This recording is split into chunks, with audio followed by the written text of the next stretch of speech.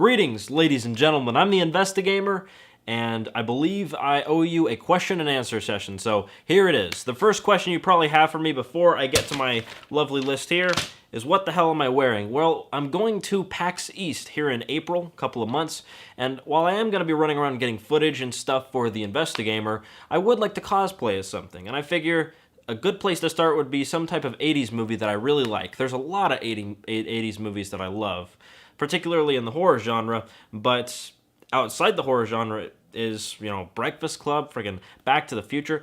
I grew up watching these movies because my parents had recorded them on VHS, and I watched them a lot. So without further ado, let's get to the questions.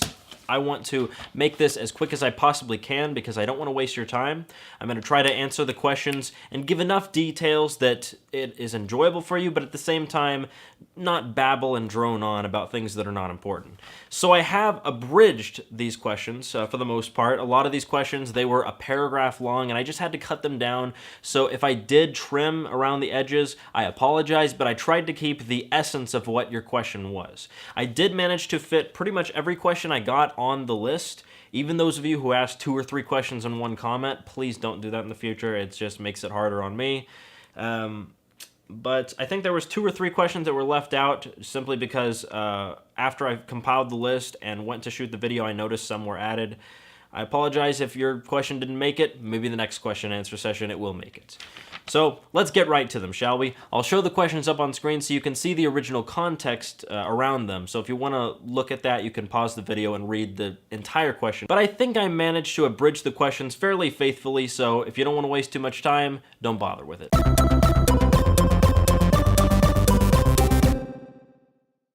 Killer Bunny 251 asks, will consoles die out or will consoles overcome the PC master race? Well, I've said it before and I'll say it again, I grew up on consoles.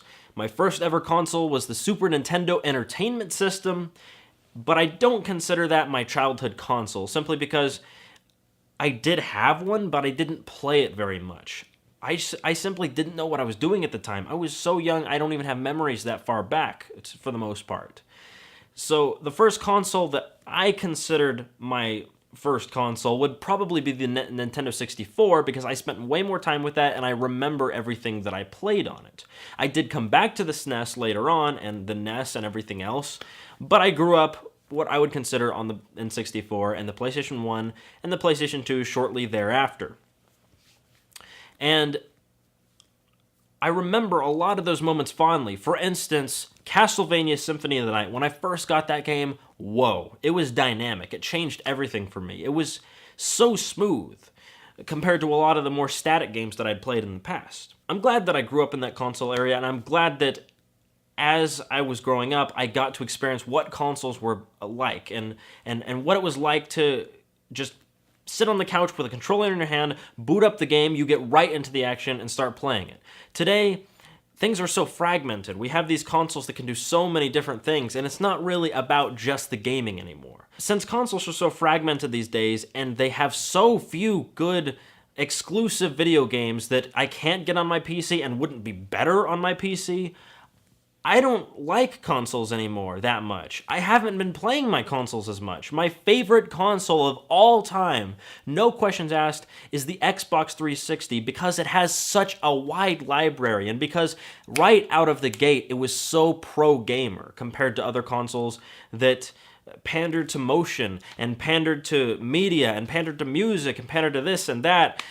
Like the PS3 just tried so many different things and it was so convoluted when it came out and had so few good games when it first released compared to the Xbox 360, which already had a year of awesome things to play on it. Now, today, the PS3 is very strong because it has things like Last of Us, Uncharted. It has a lot of good exclusives. But the console generation going forward is what I'm most concerned about. The PlayStation 4, the Xbox One, the Wii U. With these consoles being now only a little bit cheaper than a good gaming computer, I can build a good, really awesome gaming computer with monitor, keyboard, and mouse for around $800. The Wii U took us a year to get any decent games on it. The PS4 launched with like 2 decent games, and both of them I really don't like that much. The Xbox One, need I say more? I'm just not that. I don't have a lot of faith or hope or anything in consoles going forward. I'm worried about them, to be honest, because it's a part of my past to play gaming consoles, but PCs are just so much stronger, and now you can do everything you could do with a console on them. You can plug them into your TV in your living room, get a controller, and just sit on the couch and play them, just like you could back in the old days of gaming consoles. Steam Big Picture mode? Hello? Which brings us to my next question. What do I think about the Steam machines? Asked by Christopher Wurr. I build computers a lot. It's something I love to do. It's one of my passions in life. And I've had a really powerful gaming PC since maybe 2007. Before that, I had good computers, but I never really took the initiative and built myself a really powerful gaming PC till around 2007, 2008. And ever since then, it's been a trend. Less console gaming, and more PC gaming. It's been an opposite trend. And I think it's just gonna keep getting worse for consoles. Steam machines, they're a little expensive for what they are, most of the models from most of the manufacturers, but they're just gonna keep getting cheaper. And they have a much bigger library at launch as soon as you get the system than any of the consoles will probably ever have. Ever. Even if Sony managed to make PlayStation Now work, and you can play all these PS3 games on your PS4 and all these PlayStation 2 and 1 games on your PS4, they will still have an inferior library to Steam. So I just don't see much faith going forward in consoles in general. And someone else asked, what do you expect to be the next big thing in gaming? I think the next big thing in gaming is for consoles to start being phased out. I don't know if the next generation of consoles and the generation afterward is going to succeed, or if they're going to have profits problems, or if they're going to have production problems, because PCs will just become so affordable and so preferred among consumers, because it's already starting to happen. Steam is killing consoles. But I think the near future of gaming is probably going to be the phasing out of consoles. And if consoles do survive, they're probably going to survive only on a entertainment center purpose. They're going to become just general entertainment centers that have all these things, including gaming, for your living room. And that's already what they essentially are. The gaming console as we know and grew up with, they're dead. That's just the way things are going. And I think the near future of gaming is probably going to be a more PC-based experience. We don't need new gimmicks and stuff like motion. I don't think any of that stuff is probably the future, at least the near future.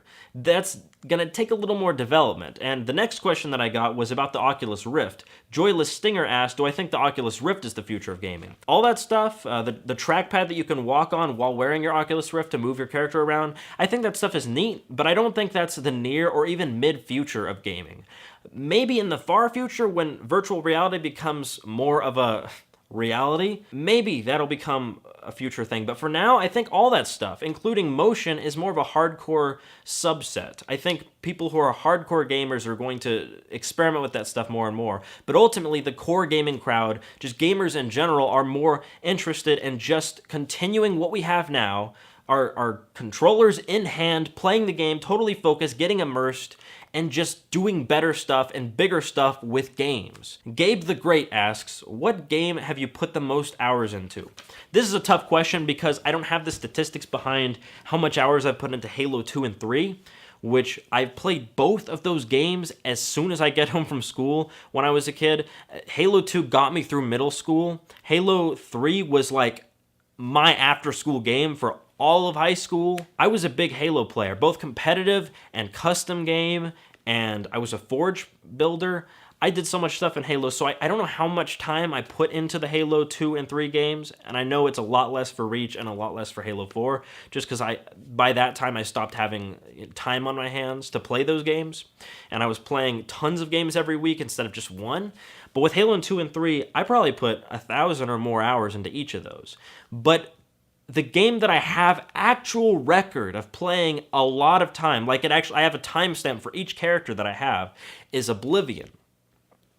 And this is going to blow your mind, but I have spent close to, if not more than, 2,000 hours in Oblivion. Yeah, I know, it's hard to believe. It's hard to believe, and it's embarrassing and sad that I've spent that much time on just one video game, a single-player game, no doubt, that never changes.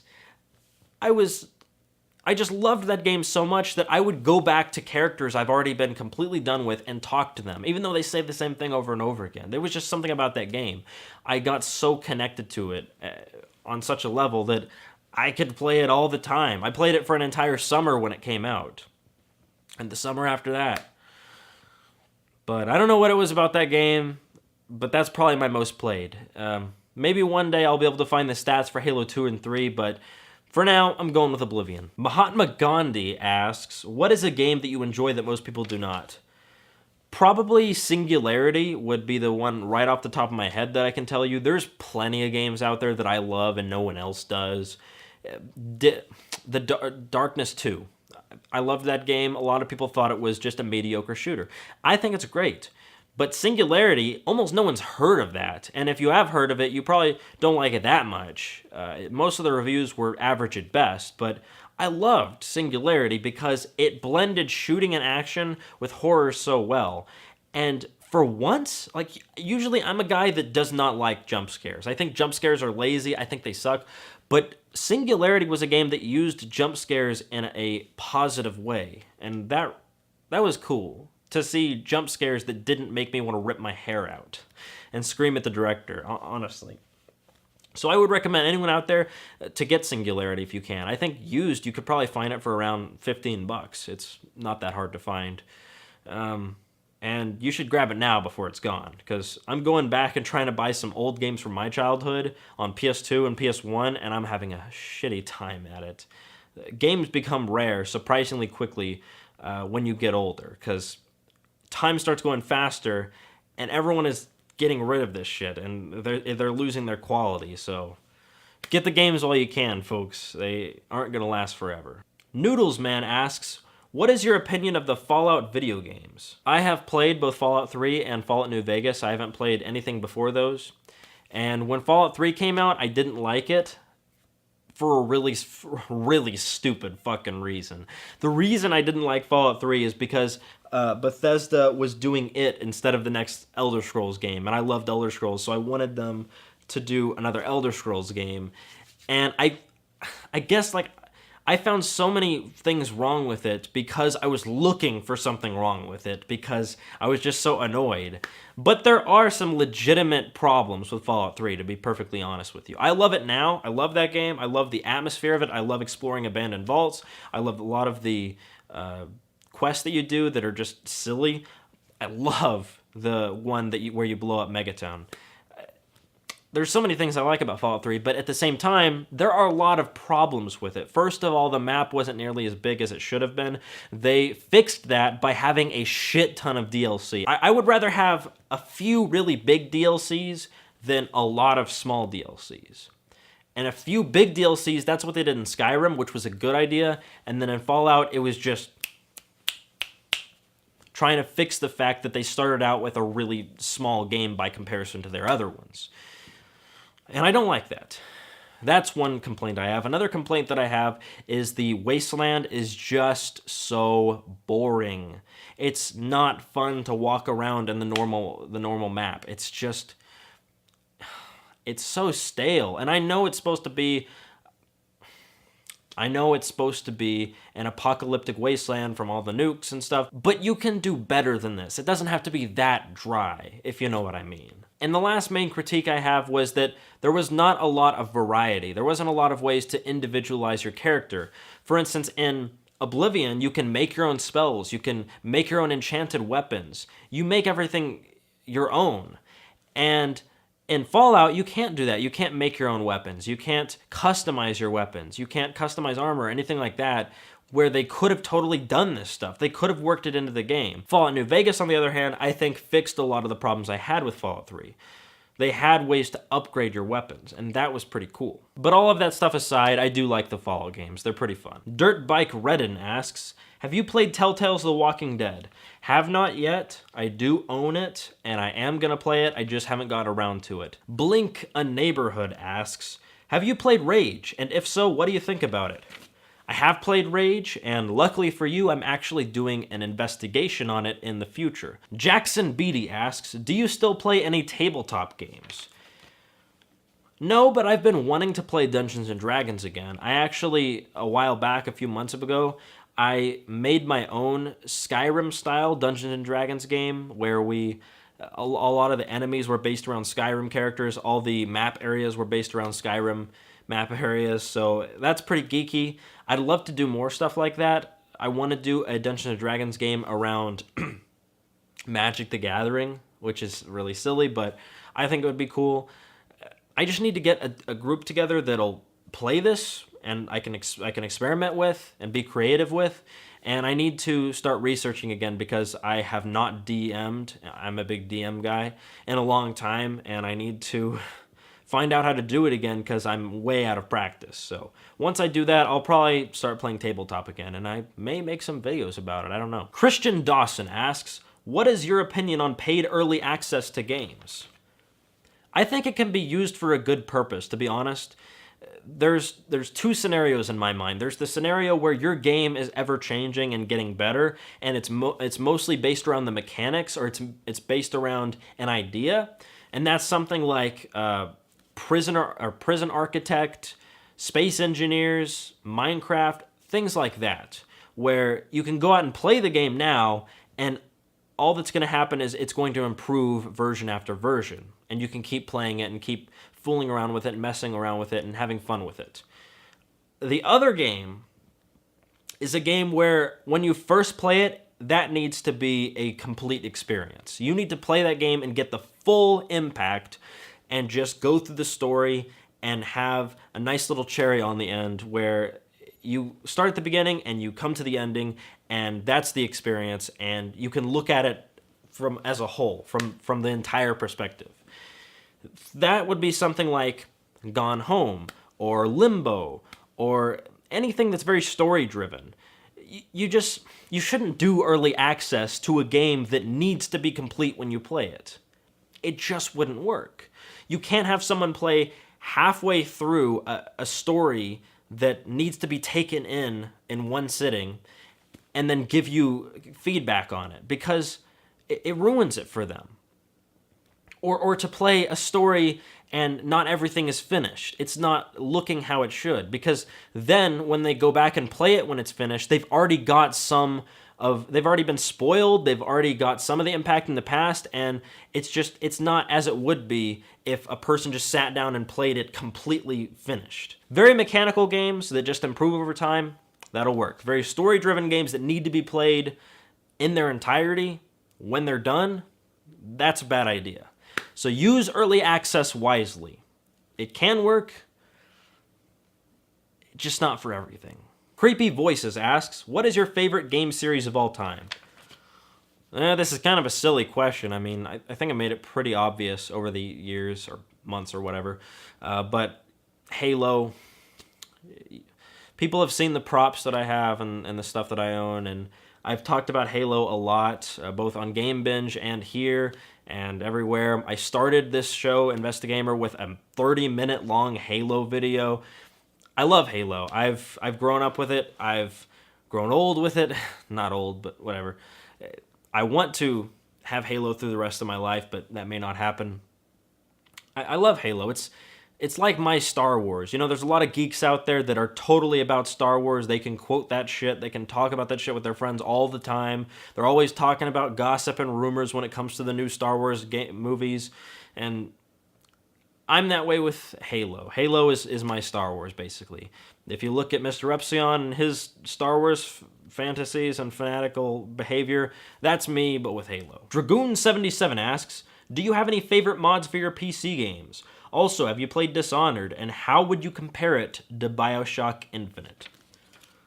I haven't done a lot of PC modding recently, but the one I can tell you right off the top of my head is Skyrim Total Enhancement Project. It's basically a collaboration effort where this guy takes a bunch of mods, just probably over 100, and puts them all into one place and gives you a guide on how to set them up properly. And in addition to that, he shows you how to optimize Skyrim for your graphics settings, shows you how to optimize Skyrim for your RAM, and all sorts of things. Just makes so many improvements to Skyrim that it runs perfectly and it looks beautiful. And plus, he makes a few very subtle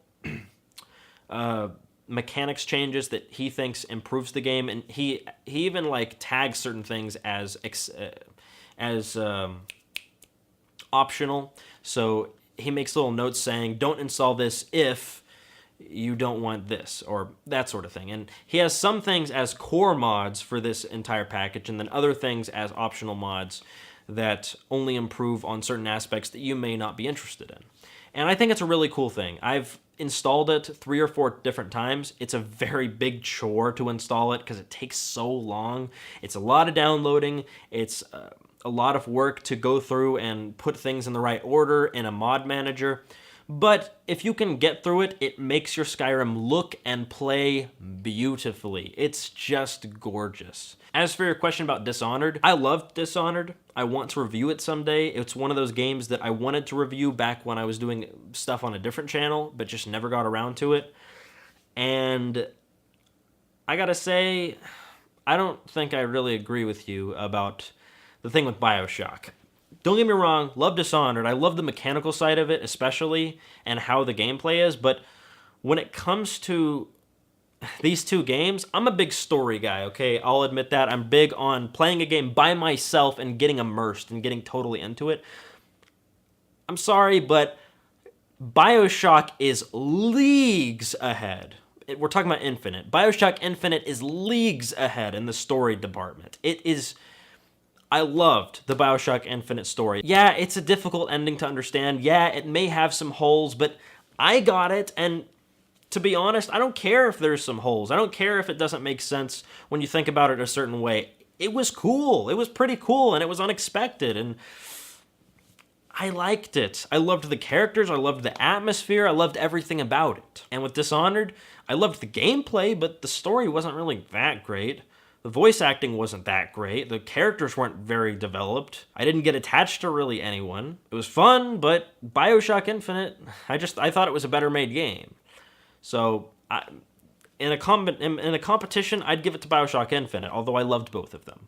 So, sorry if that's not what you wanted to hear, but that's my honest opinion. Of course, I am going to go back and play Dishonored for a review, so maybe I'll change my mind. I don't know. It's been a while, so... That's my 2 cents. Take it or leave it. Royce Connolly asks, who is your favorite YouTuber? And in addition, Daka MA asks, who is your favorite person on Not Productive? These questions are related. As for Not Productive, as a person, I know TJ the most, the Amazing Atheist the most out of the entire group, and I've had the most contact with him, so I have to pick him simply because I don't really know the others that much. But even if I did know them, I have a feeling TJ would still be my favorite because he's a really genuinely nice person, and he's genuinely a person you can depend on, a person who will understand if something's wrong or something bad is going on in your life. He's a good person. A lot of people give him shit all the time for stuff he does on The Amazing Atheist, but that's a persona. That's an entertainer persona on YouTube.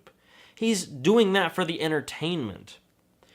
That's not who he is as a person. I mean, it's probably derived from who he is as a person, but all I've seen in my run-ins with him is that he's just a really nice and cool and funny guy. And you kind of never know what he's thinking about. He's just really bizarre. But still, I like the guy a lot. But as far as the general YouTube creator community, just everyone on YouTube, there's a lot of people that I draw inspiration from. There's a lot of people that I just love watching because they're funny or entertaining or they just have a good personality.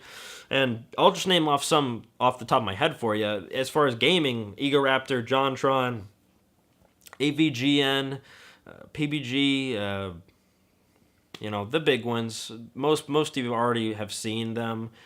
I'm not gonna, let you in on some big secret because I mostly make videos these days. I don't go hunting YouTube for, new little niche YouTube reviewers that you've never heard of. I just don't have the time to watch videos as much as I used to because I'm making them now.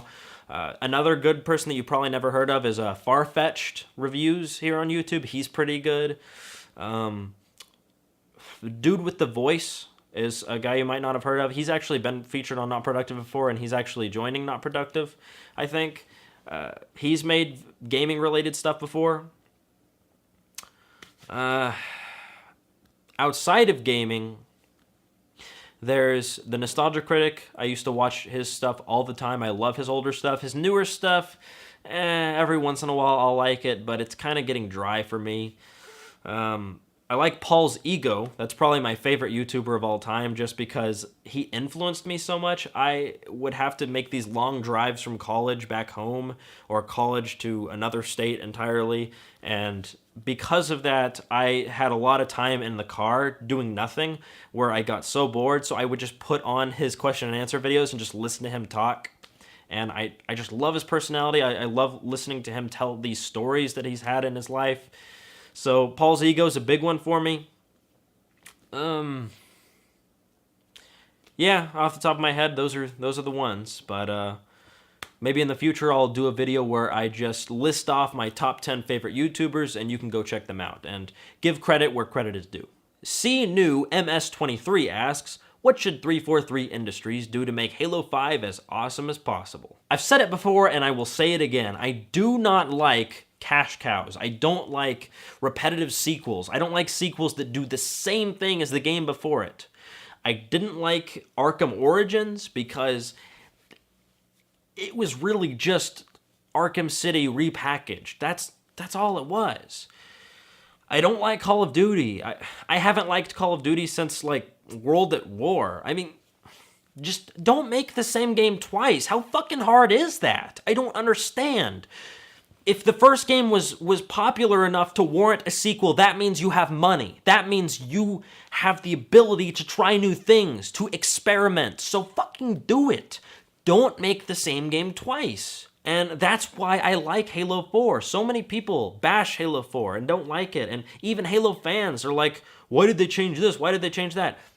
At least they're fucking doing something new. At least they're putting money towards a better game. Call of Duty rakes in billions, and you know what they do with it? They hire Hollywood actors to be in YouTube commercials for the game, instead of building a new engine, a bigger engine, a better engine. They came out with this Ghosts game on new generation consoles, barely looked any fucking different, made a joke of themselves on a public stage, right in front of the general audiences, made a joke with this "the fish swim away" thing. It's so fucking stupid to make all this money and not make a better game next time, to not do something different with the series, to not experiment, to not try new things, to not be creative. Why can't people do this? Why is it so hard to look innovation in the eye and say, you? In a very roundabout way, that's my recommendation for 343 Industries on Halo 5. They didn't disappoint me with Halo 4, so they're probably not going to disappoint me with Halo 5. They're probably going to make a new game. They're probably going to do something new with the franchise that I've never seen in a Halo game before. And that's why I'm so excited for it. What's your opinion about EA? Probably the same opinion as you. I mean, who does like EA? I honestly ask that. Is there anyone watching, anyone who watches this video that does like EA? Anyone? EA is like, one time Paul's Ego said EA is like Hitler's Germany of game publishers, and I totally agreed with him. That was a nail on the head. They're the ones that introduced this stupid bullshit online pass thing. Even though they got rid of it now, they're the ones that created the monster. They created this bullshit Origin thing that I don't want to use. I don't want to have. Everything else is on Steam. Mass Effect 1 and 2 on Steam. 3 not on Steam. Dead Space 1 and 2 on Steam. 3 not on Steam. I hate it. It's such bullshit. And Plus, EA wanted to revitalize their image just recently. You know what they did? You know what their first order of business, when they wanted to redo the company, to make their image better, to improve their relations with the public, you know what they did? Fired a bunch of people. How can you start a campaign to revitalize your image and make yourself look better to the public by firing people, by laying them off, by taking their jobs from them? What planet are they from? EA is so fucking full of shit. It just flows from them. Will Sandy asks, what's your favorite AAA studio? I'd feel kind of bad just picking one developer above all else that are my favorite, so I'm going to give you 5 that I really like. Bungie, Rockstar, Bethesda, Naughty Dog, and Epic Games. There you go. Oscar Thomas asks, what do you or don't you want to see at E3 2014? Also, why is your beard so glorious? I'll come back to the beard question later. As for E3, I want to see more of the PlayStation 4. I bought the freaking console, and I didn't buy an Xbox One because I don't have the money, and I sold my Wii U because it wasn't doing well at the time and I needed the money.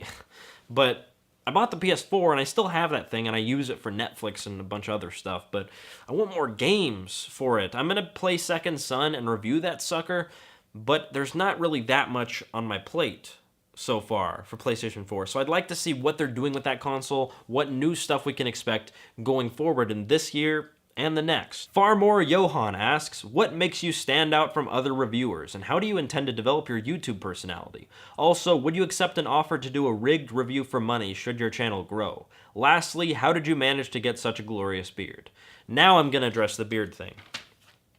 It's obviously genetics. I'm Irish, so our hair grows in naturally thick.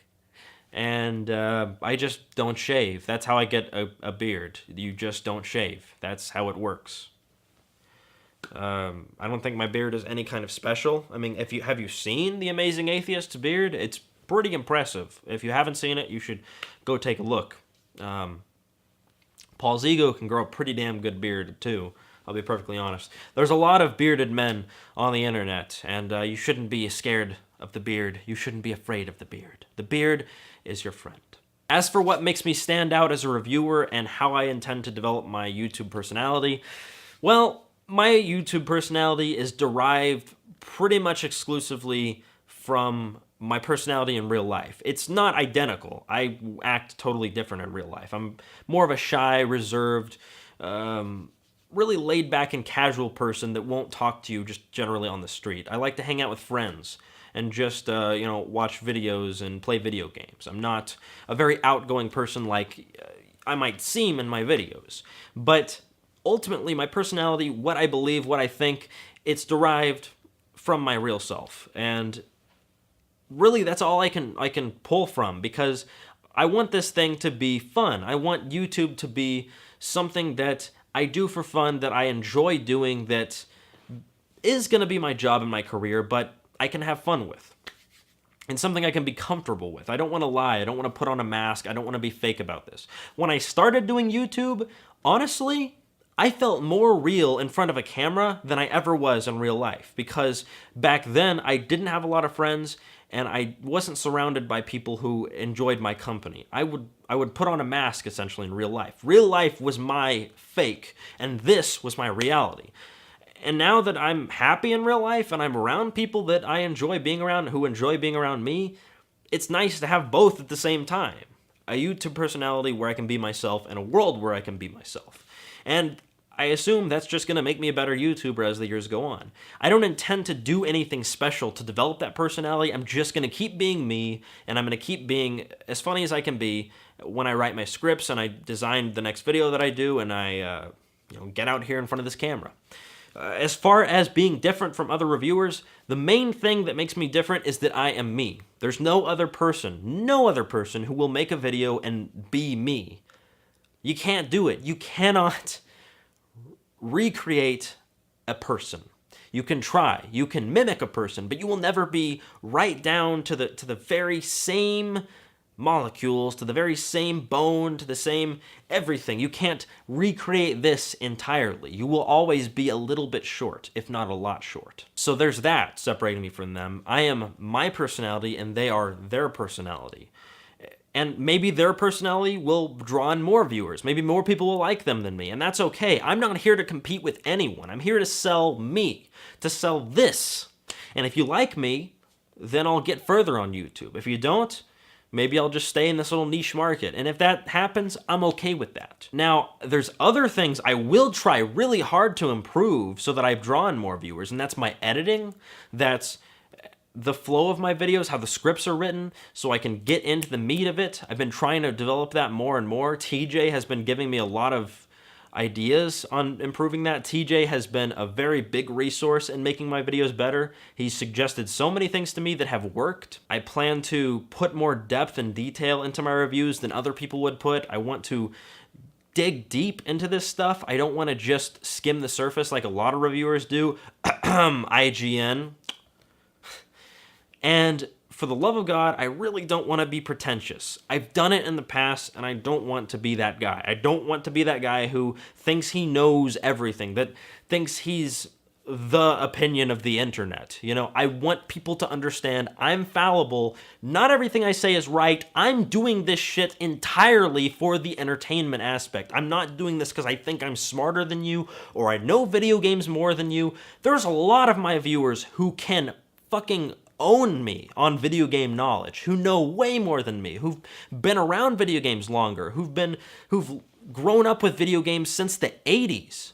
You know, I'm a 90s kid. I'm behind in that regard. I don't want people to think that my knowledge is infallible. I'm here to make you laugh. I'm here to make you smile, to maybe show you something that I went and dug up and researched that you might not have seen, and give you this new idea on a game and make you go, huh, I didn't know that. I didn't think that that would be the case. I'm here to do some research and make a funny video about something I like. That's all I'm here for. I'm not here to be the smart guy.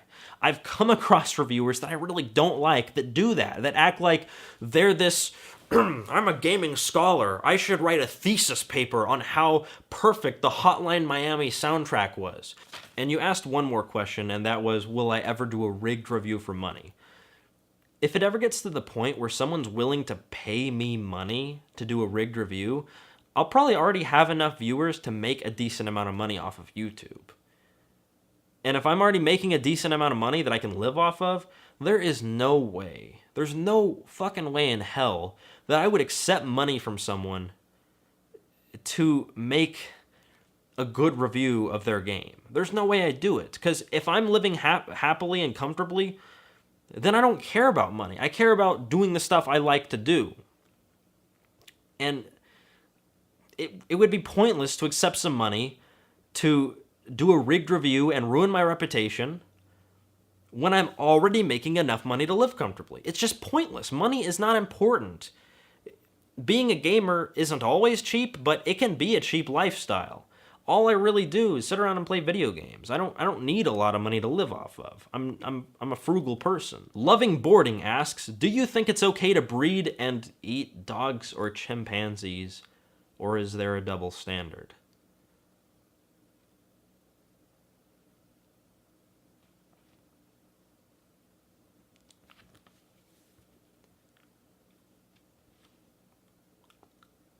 Micah Mascotti asks, geez, I probably just butchered that name. What kind of a camera do you have? I'm glad you asked. I'm the camera guy. I love cameras. I have a lot of passions in life. You probably guessed that by now. There's horror, there's movies in general, games, video production. I like a lot of types of music. There's swimming. There's a lot of things I'm passionate about in life. Probably at least 10 good things that I'm really passionate about. I can list them easily. I can put them in order. But cameras are one of those things. I love messing around with cameras. Sometimes I wish I wasn't the entertainer. I wish I was just doing the film work and the editing work and someone else was entertaining. I would totally do that. If you're a YouTuber out there and you make a lot of money and you want to enlist me as your camera guy, I'd totally fucking do it. I'm not joking. I would do it. I would put Investigamer on the afterburner and be your camera guy. The camera that's filming right now, the video you're looking at, is the Canon G20 camcorder. I love the thing. I bought it just a couple weeks ago, and I'm probably going to be taking it with me to PAX because it's a good, on-the-go camera. It has autofocusing, but a manual focus reel when you really need it. It's got all the nice features. It's pretty good quality, as you can tell. It's got spectacular lighting. A lot of really good aspects are in this camera. The camera that I use most often is my Canon 5D Mark II, which is over there. That obviously is a lot more expensive, but the quality of it is fairly unrivaled for that price, and as you can tell, I'm a big Canon guy. I've only owned Canon cameras for the longest time. The camera I used before the Canon 5D Mark II was the Canon T2i, which I just recently sent to my friend Chetwin, who uses that camera now to work on Game Binge. I would recommend a Canon to anyone who's wanting to get started. It's a little expensive, but it's fucking worth it, all right? Do not attempt to use Nikon for videos. Nikon is better suited for photography. Videos, Canon has the fucking... They have the market cornered. Let's be perfectly honest, Canon has the market cornered. You don't want anything other than a Canon for videography. Burn the Jacket asks our last question of the day, which is the Investigamer the only thing you are currently focusing on? Also, when you were in school, how did you find the time to play games and maintain good grades at the same time? Well, my good lad, I did not. I didn't put any effort into school whatsoever. I am lucky that I managed to get the grade that I did and managed to graduate in top 4% and all that bullshit. I'm just a good test taker. I didn't do any homework. I was in all AP classes, which in AP classes, if you've ever taken them, homework counts for like 10% of the grade. So I never did homework. I only did labs and quizzes and tests, and I got good grades on that shit because I was in the classroom and I had nothing better to fucking do then, and I would do my work, and I was good at it, I guess. But when I got home, nothing. I would never do anything fucking school related at home. I was in no after school clubs, no extracurriculars, nothing. No sports, no fucking drama, none of that shit. None of that shit. I got home, I played video games. I made websites. I made videos. Fuck school. I hate school. I don't even want to be in college, to be perfectly honest. That's why I got out of the college I was in, and now I'm taking a much easier college and focusing on this shit. I don't like school. It's like prison. If school was really about learning and was enjoyable to learn, I would love school, but school sucks in America right now. It sucks dick. It is awful. So yeah, I did not balance the two. I was totally everything video games, and the only reason I got good grades is because I was lucky. Whether I was just smart, I don't think that's it. Our school system is pretty dumbed down. Or whether it's because I was just a good test taker, or whether I was lucky. But I got good grades, and I did nothing to deserve that. Nothing. As for your other question, Investigamer is what I'm focusing on, but it's not the only thing I'm focusing on. I do have other stuff. I'm working on a new show for Not Productive that I'm hoping to show off in the near future. I want to do card game related videos, where right now the working title of the show is Cutting the Deck. And I want to do pack openings, I want to do deck construction videos, tutorials, maybe things where I narrate a game between my friends where they play Pokemon or Yu-Gi-Oh! Or Magic the Gathering or whatever, Vanguard even. And maybe some news segments on card games. Just something card game related. I want to design a show around that and put a lot of editing work into it. Make it really nice and cool and fun to watch. So that's one thing I'm working on. Another thing I'm working on is my own card game. Like, I have this Photoshop template that I designed, and I want to create a card game based around video game characters. Now, obviously, that runs into a lot of copyright problems, but I have a lot of ideas to how to get around that. Maybe do a Kickstarter and get all of the art made by deviant artists, make it all fan art, so maybe we won't run into as much copyright issues if we do that, and if we avoid using the same names as the characters. I don't know, but for now I'm just designing the game, and once I have a fun, playable game that I've printed out on cards and tested and everything, I may take it to Kickstarter and make a video about it. So if you have any ideas for that, or if you'd like to see it, just give me a comment down below to let me know, hey, I'm interested, and it'll make me do it a lot faster. But Investigamer is what I'm core focusing on, because this I don't have a lot of money, and this is what I'm making money off of, YouTube. I have some savings, and I do odd jobs around. You know, I make websites for people, and every once in a while I'll pick up another job, another part-time job. But for the most part, I want YouTube to be my career eventually. So I focus really hard on Investigamer, and I'm trying to make videos as fast as I can without compromising quality. But sometimes it's really hard, and as a person who hits depression in my life a lot and has a problem with depression, it gets in the way too much of YouTube. And I think at this point that it's pretty much done, that the depression is gone, and I will be sustainable from this point on. And I'm going to try my very hardest to finally make YouTube work and just put my all into it and throw everything in one basket and just fucking go gung-ho with this. But I need a lot of support, and I need people there for me and people to say, yeah, you do that. You make those videos. So bug the shit out of me. Leave me comments saying, where's that fucking video? Be mean. Be angry. Tell me, Chris, make the goddamn video already. Leave me comments saying, where is that fucking shit? Do that stuff. Motivate me, whether it's negatively or positively, to make new videos. Because that is what gets me up in the morning. That's what kicks me in the ass and tells me, get that shit done. Thanks for watching my question and answer video. I will have another one in the near future, so think of your questions, and when I'm ready, I will make a video asking you what they are. Get those questions in your minds and get them ready, because I love doing these things, and one is coming in the near future. Hope you liked this one. Until next time, cheers. I'm the Investigamer. Never trust the crowd, only the investigation. Feel free to like my Facebook page for behind-the-scenes material, and follow me on Twitter for general channel updates.